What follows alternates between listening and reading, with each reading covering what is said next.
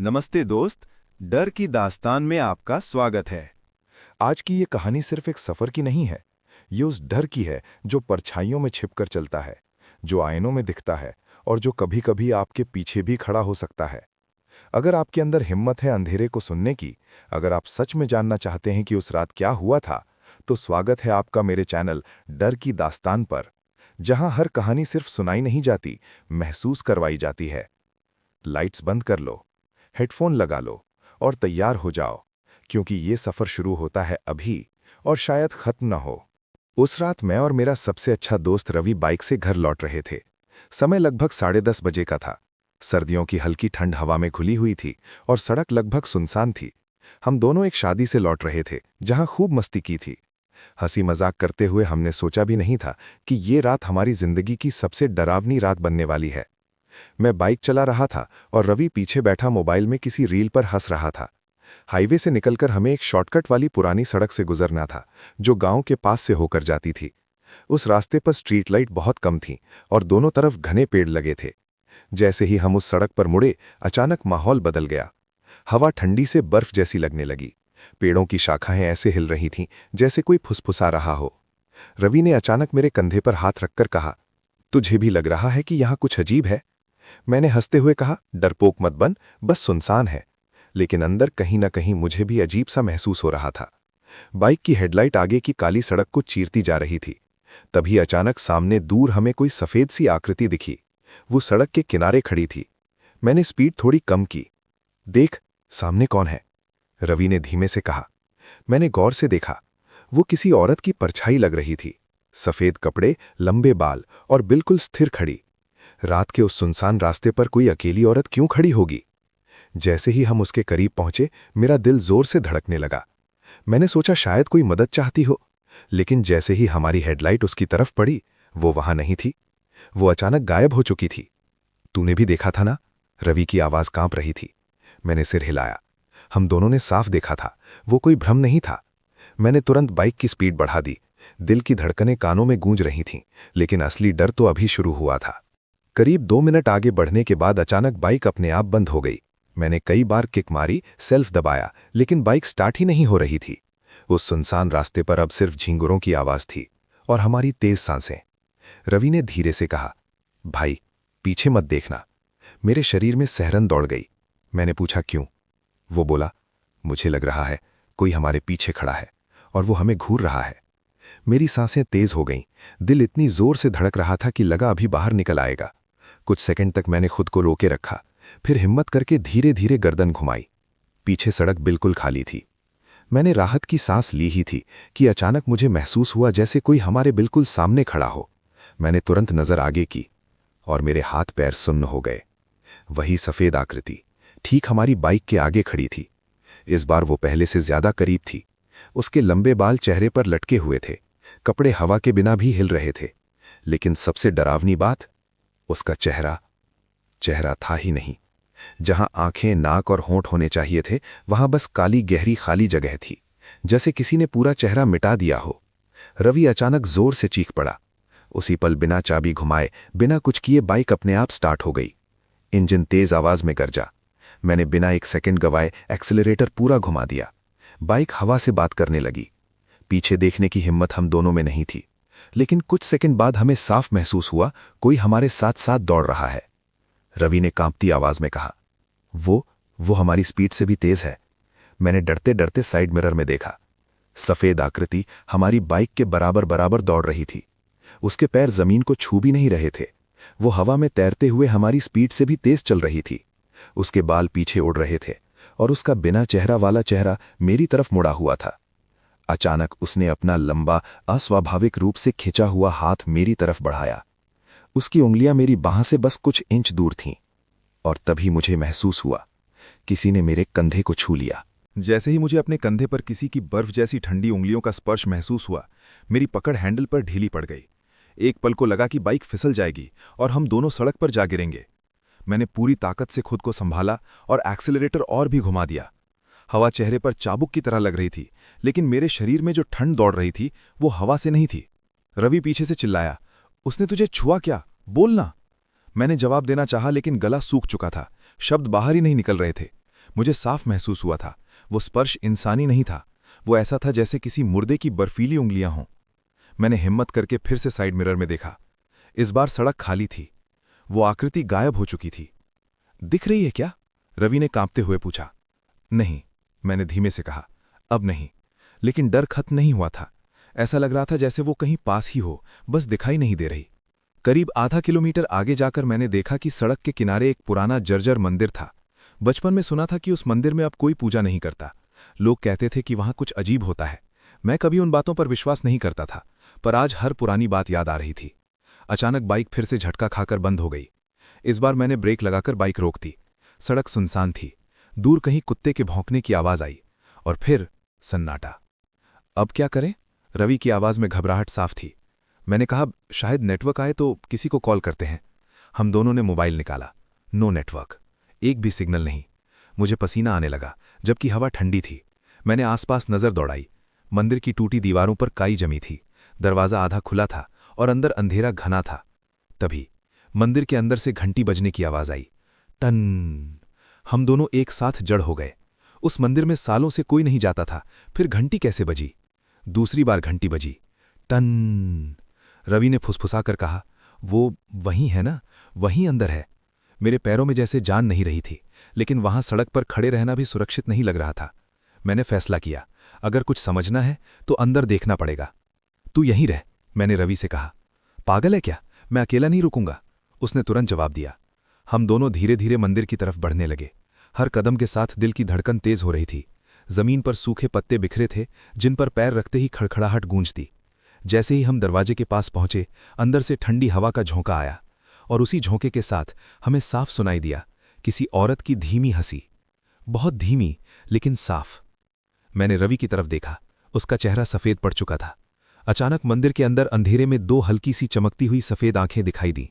वो हमें घूर रही थीं, और इस बार वो धीरे धीरे हमारी तरफ बढ़ रही थीं। मेरे पैरों ने वहीं जम जाना चाहा, लेकिन दिमाग कह रहा था भाग। फिर भी मैं हिला नहीं। वो दो सफेद चमकती आंखें अंधेरे के अंदर से धीरे धीरे आगे आ रही थीं। मंदिर के फर्श पर किसी चीज के घिसटने की आवाज गूंज रही थी, जैसे कोई नंगे पैरों से पत्थर पर चल रहा हो। रवि ने मेरा हाथ कसकर पकड़ लिया।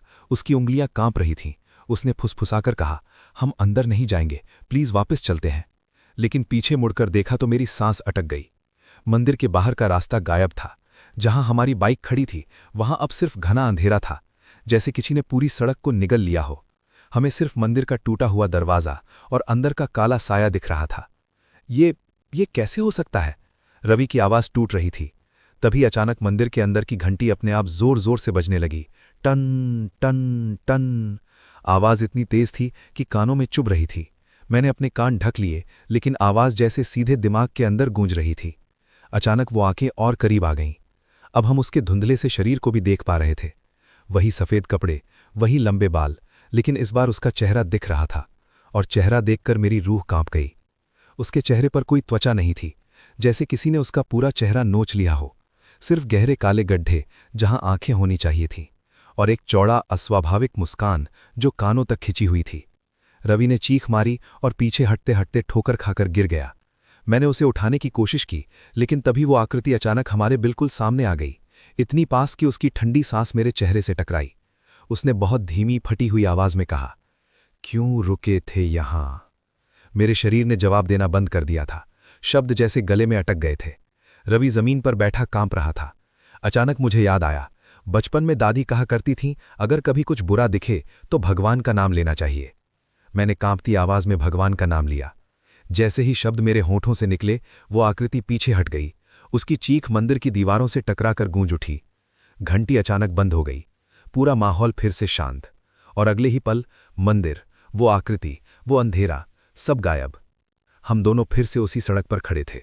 हमारी बाइक वहीं खड़ी थी। स्ट्रीट लाइट की हल्की रोशनी जल रही थी, जैसे कुछ हुआ ही ना हो। रवि ने घबराकर कहा, ये सपना था ना, बोलना, सपना था। लेकिन मेरे कंधे पर जहां उसने मुझे छुआ था, वहां नीले रंग का उभरा हुआ हाथ का निशान साफ दिखाई दे रहा था, और वो निशान इंसानी हाथ से कहीं बड़ा था। मैं कुछ सेकंड तक उस निशान को घूरता रहा। ऐसा लग रहा था जैसे किसी ने बर्फ से बनी हथेली मेरे कंधे पर जला दी हो। दर्द नहीं था, लेकिन जलन थी, भीतर तक उतरती हुई। रवि ने कांपते हाथों से उसे छूना चाहा, पर जैसे ही उसकी उंगलियां उस निशान के पास पहुंची, उसने हाथ झटका और पीछे हट गया। ये ठंडा है, उसने फुसफुसाते हुए कहा। इतना ठंडा जैसे बर्फ। मैंने तुरंत शर्ट ऊपर खींचकर उसे ढक लिया। मन में बस एक ही बात थी, यहां से जितनी जल्दी हो सके निकलना है। मैंने फिर से बाइक स्टार्ट करने की कोशिश की। इस बार इंजन बिना किसी रुकावट के चालू हो गया, जैसे पहले कुछ हुआ ही ना हो।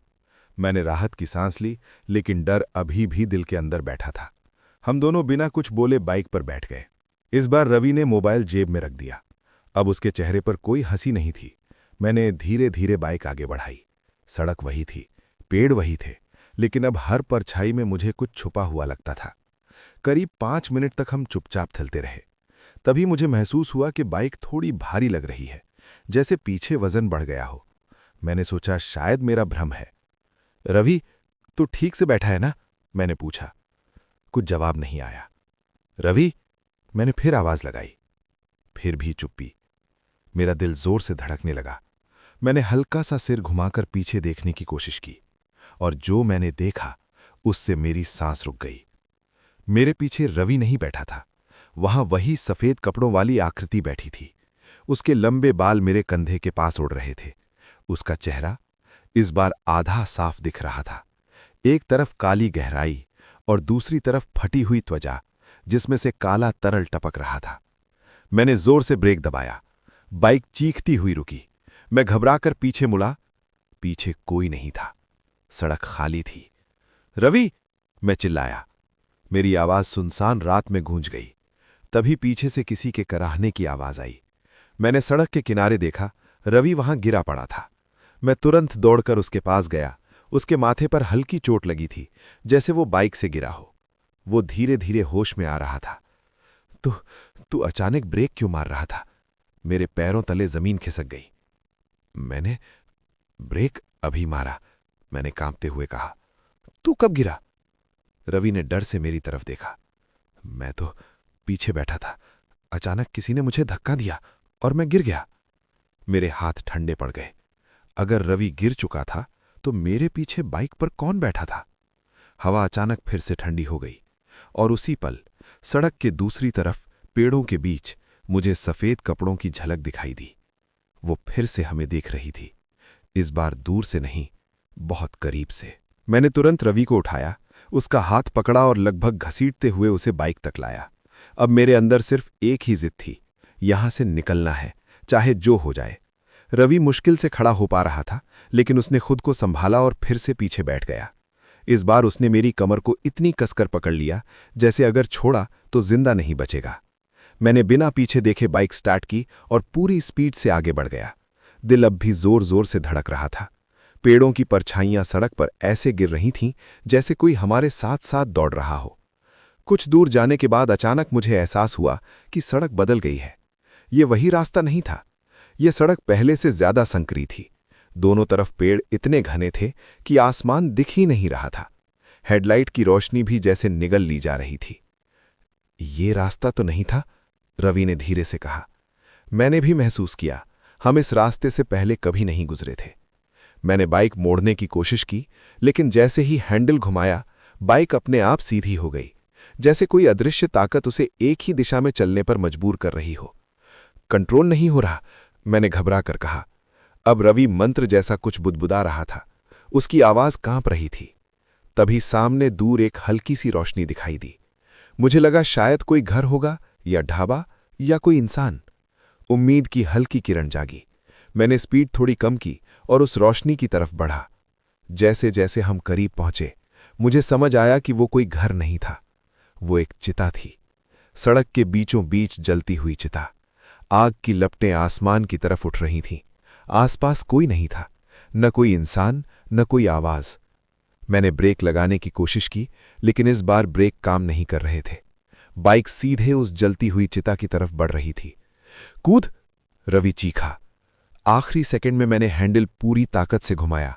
बाइक सड़क से फिसलकर कच्ची जमीन पर जा गिरी। हम दोनों दूर जाकर लुढ़क गए। कुछ सेकंड तक सब धुंधला था। जब होश संभाला, मैंने तुरंत सड़क की तरफ देखा। वहां कोई चिता नहीं थी। सड़क खाली थी, न आग, न धुआं, कुछ भी नहीं। रवि हाँफते हुए बोला, मैंने भी देखा था ना, वो आग सच थी ना? मैंने जवाब नहीं दिया, क्योंकि उसी समय हमें पीछे से कदमों की आवाज सुनाई दी। धीरे, भारी, घिसटते हुए कदम। हम दोनों ने एक साथ पीछे मुड़कर देखा। पेड़ों के बीच से कई सफेद आकृतियां निकल रही थीं। एक नहीं, दो नहीं, बल्कि दर्जनों, और उन सब के चेहरे खाली थे। वो धीरे धीरे हमारी तरफ बढ़ रही थीं, और इस बार भागने का कोई रास्ता नहीं दिख रहा था। पेड़ों के बीच से निकलती उन सफेद आकृतियों को देखकर मेरी सांस जैसे सीने में ही अटक गई। वो एक सी चाल में घिसटते कदमों से हमारी तरफ बढ़ रही थीं। हवा अचानक और ठंडी हो गई थी, इतनी कि मेरी उंगलियां सुन्न पड़ने लगी। रवि ने मेरा हाथ कसकर पकड़ा हुआ था। उसकी पकड़ में घबराहट साफ महसूस हो रही थी, लेकिन इस बार मैं खुद को टूटने नहीं देना चाहता था। अगर मैं भी हिम्मत हार जाता तो शायद हम दोनों यहीं खत्म हो जाते। मैंने तेजी से चारों तरफ नजर दौड़ाई। दाईं तरफ कच्ची जमीन थी जिसमें झाड़ियां और पत्थर भरे थे। बाईं तरफ गहरा अंधेरा, जैसे कोई सूखी नहर हो। पीछे वही सड़क, और सामने वे आकृतियां। वे अब और करीब आ चुकी थीं। उनके चेहरे खाली थे, जैसे किसी ने पहचान मिटा दी हो, लेकिन उनकी गर्दनें हमारी दिशा में टेढ़ी थीं, जैसे वे हमें सूंघ रही हों। अचानक मुझे याद आया कि बाइक सड़क से कुछ ही दूर गिरी थी। अगर किसी तरह हम उसे उठा लें तो शायद भागने का एक मौका मिल सकता है। मैंने रवि से कहा, डर मत, बस मेरे साथ रह, बाइक तक पहुंचना है। हम दोनों धीरे धीरे पीछे हटते हुए बाइक की तरफ बढ़ने लगे। वे आकृतियां भी अपनी रफ्तार बढ़ा रही थीं। उनके पैरों की घिसटती आवाज अब साफ सुनाई दे रही थी, जैसे सूखी हड्डियां पत्थर पर रगड़ खा रही हों। मैंने झटके से बाइक सीधी की। हाथ कांप रहे थे, लेकिन मैंने पूरी ताकत से उसे स्टार्ट करने की कोशिश की। पहली बार में इंजन ने जवाब नहीं दिया, दूसरी बार में भी नहीं। मेरे माथे पर पसीना आ गया। रवि पीछे मुड़कर देख रहा था। जल्दी कर, वो बहुत पास आ गए हैं, उसकी आवाज टूट रही थी। मैंने तीसरी बार सेल्फ दबाया। इस बार इंजन ने हल्की सी आवाज की और बंद हो गया। अब वे हमसे मुश्किल से 10 कदम दूर थे। उनकी चाल अचानक रुक गई। सबकी गर्दनें एक साथ झुक गईं, जैसे किसी ने उन्हें एक आदेश दिया हो। पूरा माहौल एक पल को बिल्कुल शांत हो गया, और तभी सबसे आगे खड़ी आकृति ने धीरे धीरे अपना हाथ उठाया और हमारी तरफ इशारा किया। बाकी सब आकृतियां एक साथ चीख उठीं। वो चीख इंसानी नहीं थी, उसमें दर्द भी था, गुस्सा भी, और एक अजीब सी भूख। डर ने मुझे अंदर से झकझोर दिया। मैंने आखिरी बार पूरी ताकत से बाइक का एक्सीलरेटर घुमाया और सेल्फ दबाया। इस बार बाइक अचानक गरज उठी। मैंने बिना वक्त गवाए रवि को पीछे बैठने को कहा। वो कूद कर बैठ गया। मैंने बाइक घुमाई और कच्चे रास्ते की तरफ दौड़ा दी। झाड़ियां टकरा रही थीं, पत्थर नीचे से उछल रहे थे, लेकिन अब रुकना मतलब मौत था। पीछे से दौड़ने की आवाजें आ रही थीं। मैंने हिम्मत करके एक बार पीछे देखा। वे आकृतियां जमीन पर नहीं दौड़ रही थीं, वे हवा में तैर रही थीं। उनकी चाल अब पहले से कई गुना तेज थी। रवि ने चिल्लाकर कहा, सीधे मत जाओ, दाईं तरफ मोड़। मैंने हैंडल घुमाया। सामने एक संकरी पगडंडी दिखी जो जंगल के अंदर जाती थी। हमने उसी में घुसने का फैसला किया। पेड़ों की शाखाएं चेहरे पर लग रही थीं। कई बार लगा कि बाइक गिर जाएगी, लेकिन जैसे कोई अदृश्य ताकत हमें आगे बढ़ने दे रही थी। अचानक पीछे की आवाजें कम होने लगीं। कुछ सेकंड बाद पूरी तरह बंद। मैंने बाइक रोक दी। चारों तरफ गहरा अंधेरा था, सिर्फ हमारी सांसों की आवाज। गए क्या? रवि ने धीरे से पूछा। मैंने ध्यान से सुना, कुछ नहीं। लेकिन तभी मुझे एहसास हुआ कि हम जिस जगह खड़े थे वो कोई साधारण जंगल नहीं था। हमारे सामने पत्थरों से घिरा हुआ एक गोल मैदान था। बीच में टूटी हुई मूर्तियां पड़ी थीं। जमीन पर अजीब से निशान बने थे, जैसे किसी ने कोई बड़ा चक्र खींचा हो, और उस चक्र के बीच राख फैली हुई थी। मुझे अचानक याद आया, कुछ देर पहले हमने सड़क पर जलती हुई चिता देखी थी, जो बाद में गायब हो गई थी। क्या वो हमें यहीं लाने के लिए दिखी थी? रवि धीरे धीरे आगे बढ़ा। उसने जमीन पर पड़े एक पत्थर को उठाया। पत्थर पर सूखे खून जैसे काले धब्बे थे। ये जगह ठीक नहीं है, उसने कहा। तभी हवा में फिर वही जानी पहचानी ठंड फैल गई। मैंने गर्दन घुमाई तो गोल मैदान के चारों तरफ पेड़ों के बीच वही सफेद आकृतियां खड़ी थीं, लेकिन इस बार वे स्थिर थीं, जैसे इंतजार कर रही हूं। उनके बीच से धीरे धीरे वही पहली वाली आकृति आगे आई, जिसके चेहरे का आधा हिस्सा फटा हुआ था। उसने अपना सिर टेढ़ा किया और पहली बार उसके खाली चेहरे के बीच एक दरार सी खुली। उस दरार के अंदर चमकती हुई सफेद रोशनी थी। उसने अपनी बाहें फैलाईं और उसी पल जमीन पर बना वो चक्र लाल रोशनी से चमकने लगा। मैं और रवि ठीक उसी चक्र के अंदर खड़े थे। मुझे अचानक समझ आया, हम भाग नहीं रहे थे, हमें यहां लाया गया था। जैसे ही जमीन पर बना वो चक्र लाल रोशनी से चमकने लगा, मेरे पैरों के नीचे की मिट्टी गर्म होने लगी। पहले हल्की सी गर्माहट, फिर जलन। मैंने तुरंत रवि का हाथ पकड़ा और चक्र से बाहर कूदने की कोशिश की, लेकिन जैसे ही हमने कदम आगे बढ़ाया, किसी अदृश्य दीवार से टकराकर हम दोनों पीछे गिर पड़े। ये हमें बाहर नहीं जाने दे रहा, रवि ने घबरा कर कहा। मैंने फिर कोशिश की। इस बार मैंने पूरी ताकत से छलांग लगाई, लेकिन हवा में ही जैसे किसी ने मुझे पकड़कर वापस उसी चक्र के भीतर पटक दिया।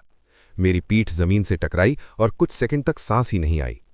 चारों तरफ खड़ी सफेद आकृतियां अब धीरे धीरे चक्र के करीब आ रही थीं। उनके कदम जमीन को छू नहीं रहे थे, फिर भी सूखी पत्तियों की चरमराहट गूंज रही थी। वो पहली आकृति, जिसके चेहरे में दरार खुली थी, अब बिल्कुल सामने थी। उसकी उस दरार के भीतर की सफेद रोशनी तेज होती जा रही थी।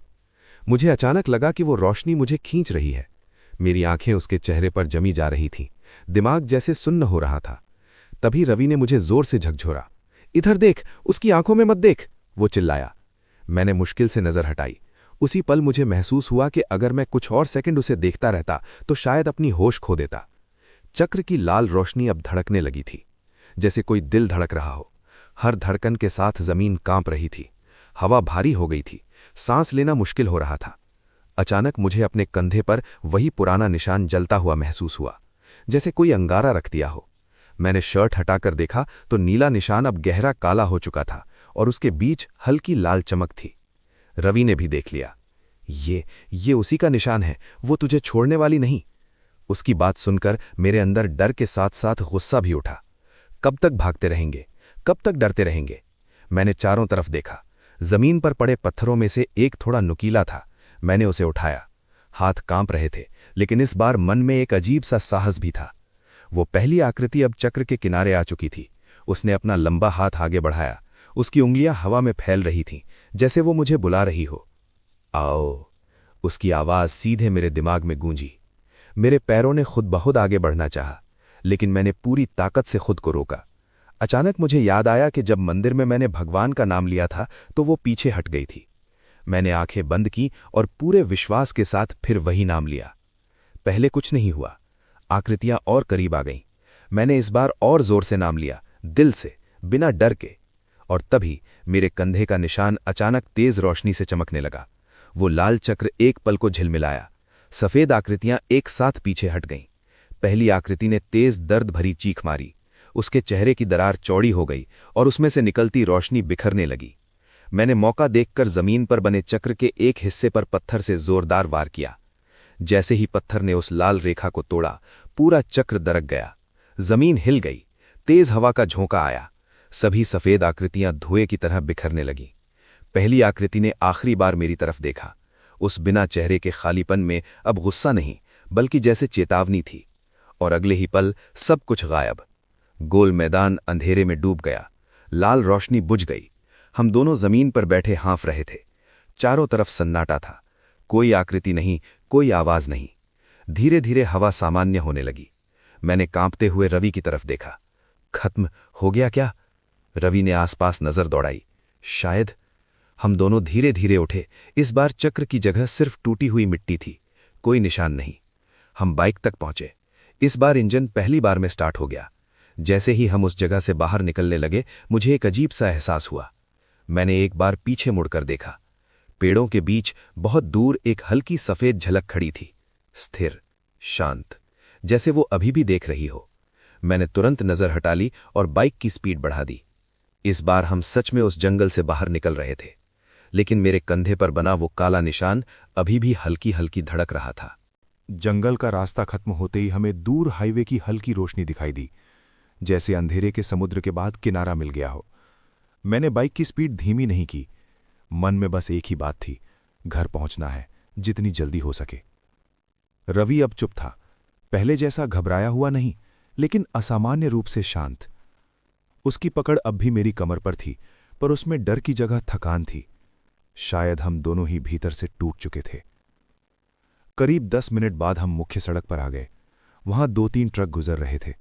उनकी हेडलाइट्स ने जैसे हमें यकीन दिलाया कि दुनिया अभी भी सामान्य है। मैंने एक ढाबे के पास बाइक रोकी। वहां हल्की रोशनी थी और 2 आदमी चाय पी रहे थे। मैंने पानी लिया और चेहरा धोया। आईने जैसी स्टील की प्लेट में अपना चेहरा देखा।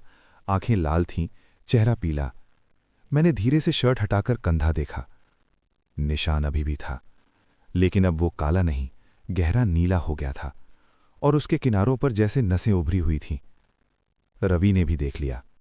ये जाएगा ना? उसने धीमे से पूछा। मैंने जबरदस्ती मुस्कुराते हुए कहा, हाँ, बस चोट है। लेकिन अंदर से मुझे पता था, ये सिर्फ चोट नहीं।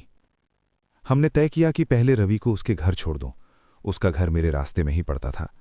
ढाबे से निकलकर जब हम शहर की तरफ बढ़े तो सब कुछ सामान्य लगने लगा।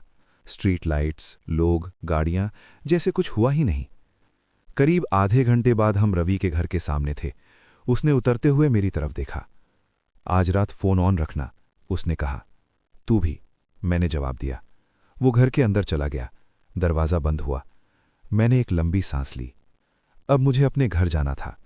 सड़क अब जानी पहचानी थी, हर मोड़, हर गली, सब सामान्य। लेकिन जैसे ही मैं अपने घर के पास पहुंचा, मेरे कंधे का निशान फिर से हल्का हल्का जलने लगा। मैंने बाइक रोकी। घर की लाइट बंद थी, सब सो चुके थे। मैंने दरवाज़ा खोला और धीरे से अंदर आया। सब कुछ शांत था। मैंने कमरे में जाकर दरवाज़ा बंद किया और शर्ट उतारी। आईने के सामने खड़ा हुआ। निशान अब पहले से ज्यादा साफ दिख रहा था। और तभी आईने में मुझे अपने पीछे कुछ हलचल दिखाई दी। मैंने झटके से पीछे मुड़कर देखा। कमरा खाली था। फिर मैंने दोबारा आईने में देखा। इस बार मेरे पीछे वही सफेद आकृति खड़ी थी, बिल्कुल शांत। उसका चेहरा आधा अंधेरे में, आधा रोशनी में। मैं पलटा। कमरा फिर खाली। मेरी सांस तेज हो गई। दिल जोर से धड़क रहा था। ये मेरे साथ घर तक आ गई। मेरे मन में ये विचार बिजली की तरह कौंधा। अचानक मोबाइल की घंटी बजी। रवि का फोन था। मैंने तुरंत उठाया। उसकी आवाज कांप रही थी।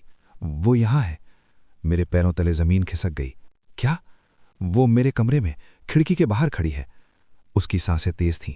फिर अचानक फोन पर अजीब सी खराश की आवाज आई, जैसे कोई नाखून कांच पर रगड़ रहा हो। रवि! मैंने चिल्लाया। लाइन कट गई।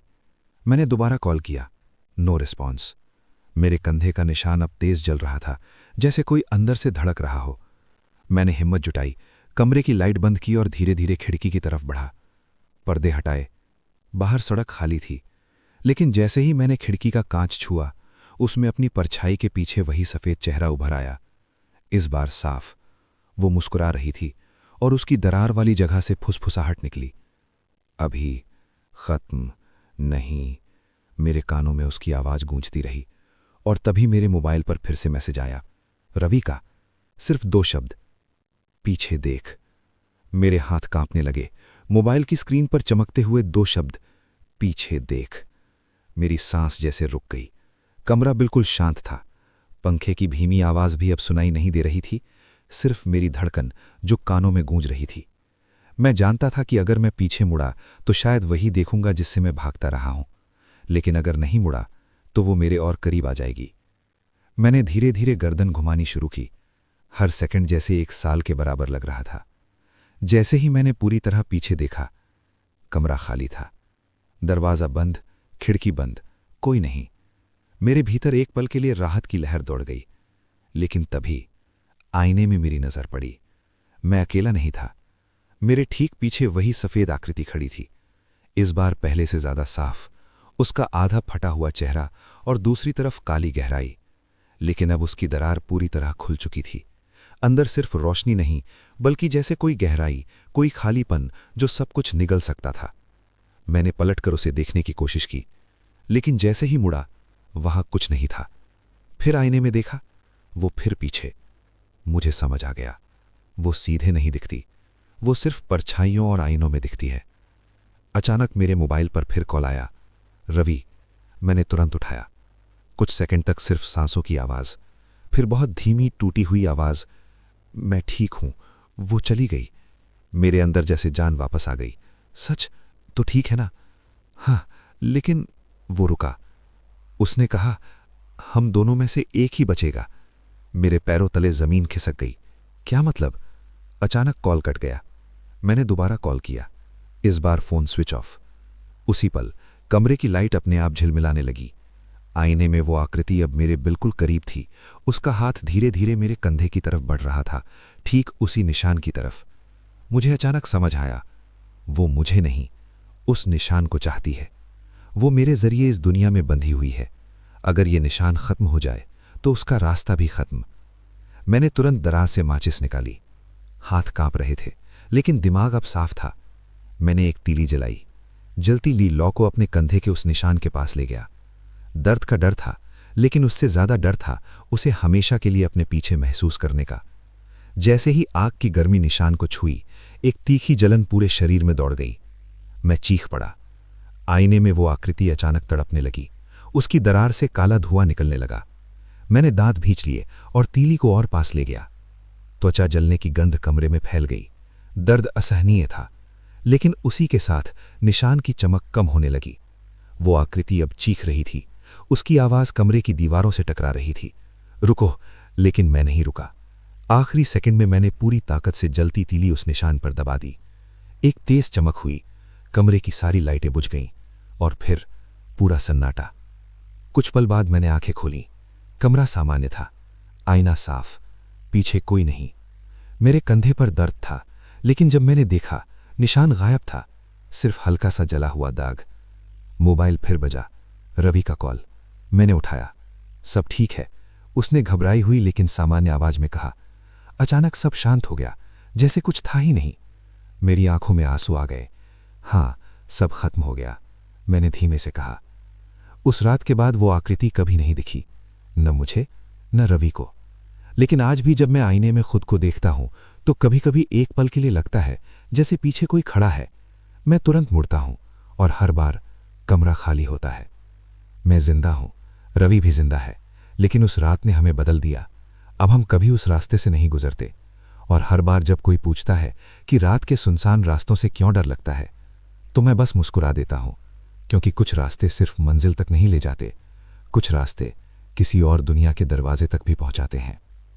दोस्त, अगर तुम्हें ये कहानी सुनकर भी अपने कमरे की खामोशी अलग लगने लगी हो, अगर आईने में खुद को देखने से पहले एक पल ठहरने लगे हो, तो समझ लो ये सिर्फ कहानी नहीं थी।